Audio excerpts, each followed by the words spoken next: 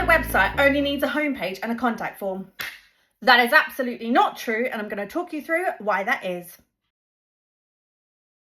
Hello and welcome to Engage and Thrive, also known as EAT, your coffee catch-up with me, your host, Taelon, where we will go through common problems and hurdles that come up in business, marketing and advertising and try and demystify them. I know firsthand how complicated and confusing it can seem with all the different acronyms and all the things to do in business. So let me try and help you be better in business. First things first, let's start with grabbing a coffee.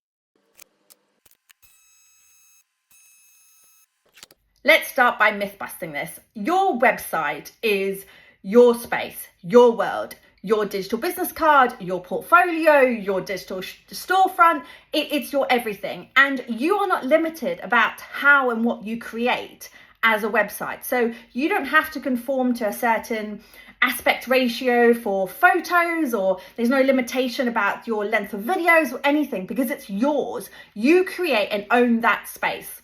I covered off before another episode about websites really early on in this podcast, comparing it to social media platforms. So I'll link that one in the show notes as well. But to go back to it, on your website, you also have to think about, because it's your space and you're creating it and you're designing it, there's no verification for a user coming onto your website, a user or potential customer. So there's no blue badge verification to be like, this is a verified person or they're really popular. So the opportunity is there for you to build that trust with that user, that potential customer, about who you are, what you're about. Otherwise, if they're just sitting a homepage and a contact form, what are they going to do with that? They haven't learned anything about you. There's not information there for them to trust and verify and buy. As always, let's go through vocab. As it's a website, there's going to be quite a few acronyms here. So I'm going to try and explain them as simple as possible in the vocab, and then we'll go further into them in the takeaways. The first one is CTA, which is call to action. So this is the prompt that you'll see, book a call now or download this. The next one is UX, which stands for user experience. I know, it should be UE, but this is how easy and enjoyable it is for someone to navigate around your website. The next one is UI, which is user interface. So this is essentially the design and interactive elements that go into your website, how it looks. The next one is ATF, above the fold. So the part of your website that's visible without someone having to scroll. So if you think about that, visible on desktop and on mobile, which obviously in the opposite is BTF, below the fold. So any of your content that happens after someone has scrolled, done the initial scroll. The next one is landing page. So this is a page you may have designed specifically for a purpose, like a product launch or seasonality or a promotion, or if you're doing lead magnets, whatever it is. The next one is CR, which is conversion rate. So this is the percentage of users that complete a desired action on your website. And the last one is SEO, which stands for search engine optimization. So this is how you get your content to appear on search engines, so whether it's Bing or Google, without paying for anything, so organically. Today we're going to go through 3 key takeaways, which are essentially what you need to put on your website and how to make sure you keep it on your website.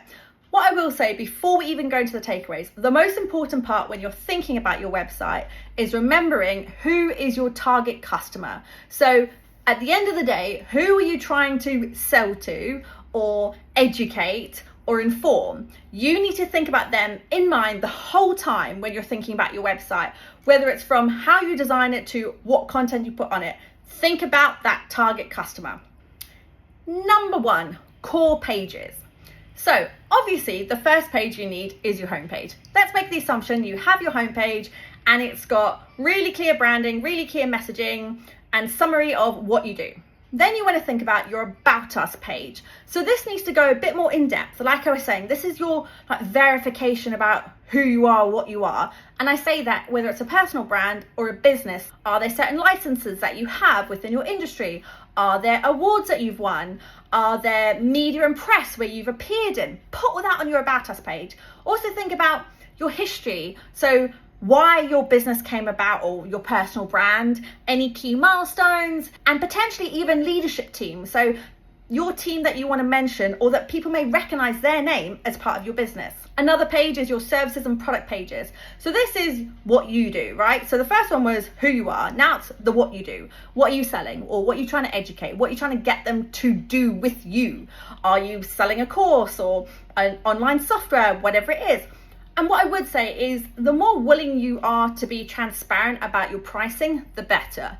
Give them something so they know whether to self-select if they can afford your product or service. Another one to think about is case studies and testimonials. So you might think as a small brand, you don't have case studies or testimonials that you can upload. And you may want to also integrate these as part of your service and product pages or on your About Us page. But if you've got a Google business listing, you can pull in those Google reviews onto your website. Or if you do feedback surveys where someone's used your product or service, can you take snippets of that to add to your website? This is all known as social currency. Again, remember, you're trying to build that trust with someone coming on your website without having a blue tick. Another one to think about, which again, whether you want to have as a standalone page, is an FAQ page. So a lot of times you might want to put your FAQ page, frequently asked questions, on your contact us or under your products and services, because are there certain questions that people would ask about those products and services?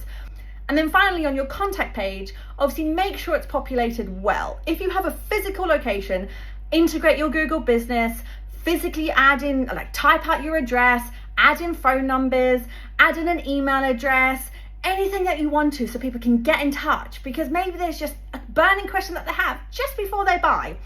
There are so many other things obviously you can add on with like chatbots and stuff, but those are core pages.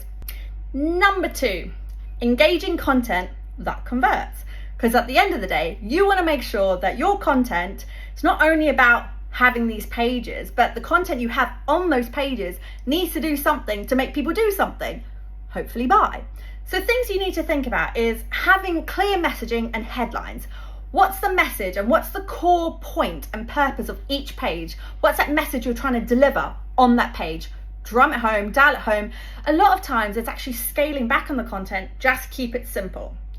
Another thing to think about is your branding. So whatever your brand looks like, sounds like, is about, make sure that your brand is consistent across all your pages so that people are having the same brand experience, whether they're on your About Us page or your product or service page, because it depends on how they've got there and then where they navigate to next. Not everyone's going to land on your homepage first and then go to your About Us and then click through.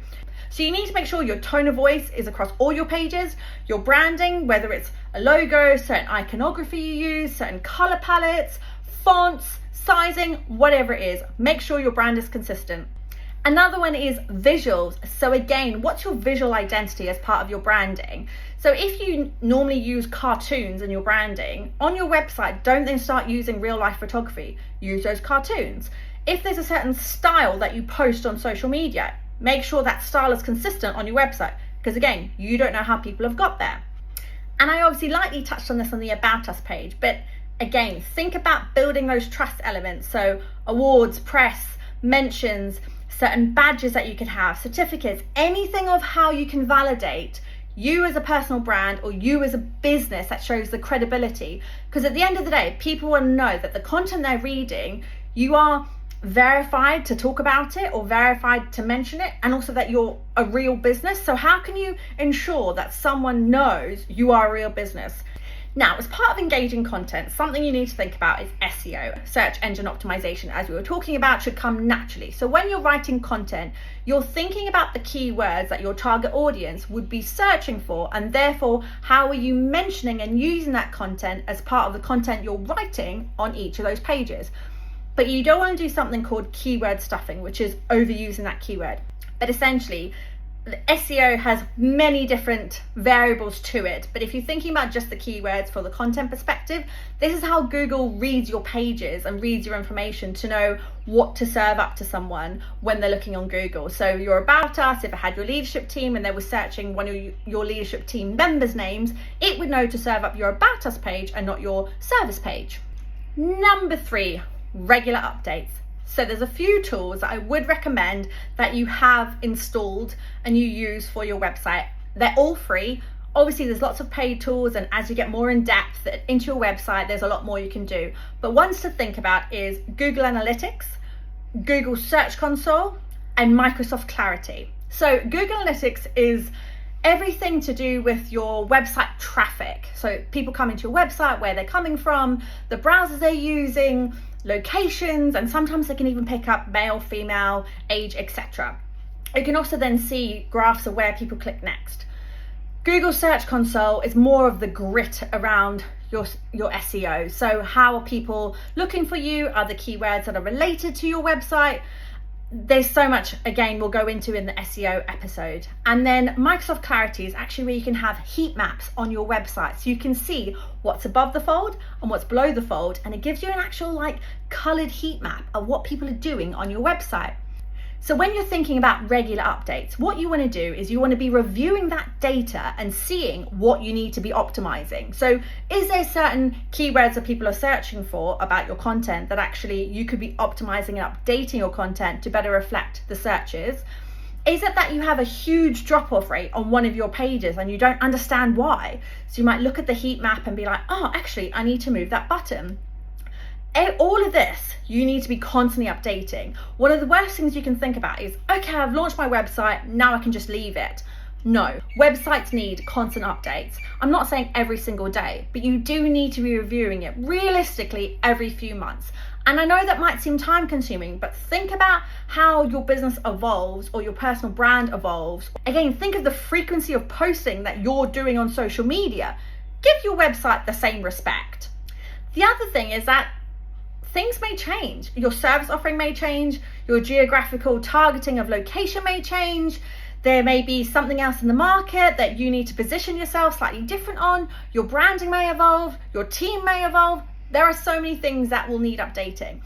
But even if you don't have changes as a business, you should be reviewing your data on those tools to be seeing what are people doing on your website and how you can get more people to convert, how you can get a better conversion rate. I mean, ideal world is you want everyone who lands on your website to buy. That would be the dream. Can you even imagine?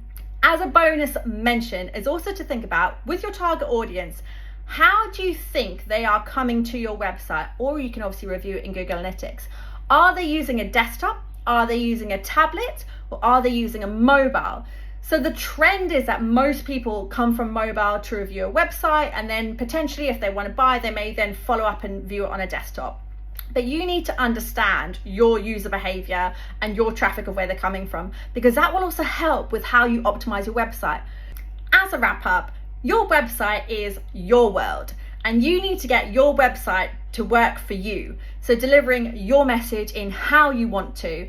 But remember, there is no verification because it's not a social media platform. So you need to make sure that you're giving those users and your potential customers that verification of who you are as a personal brand or who you are as a business.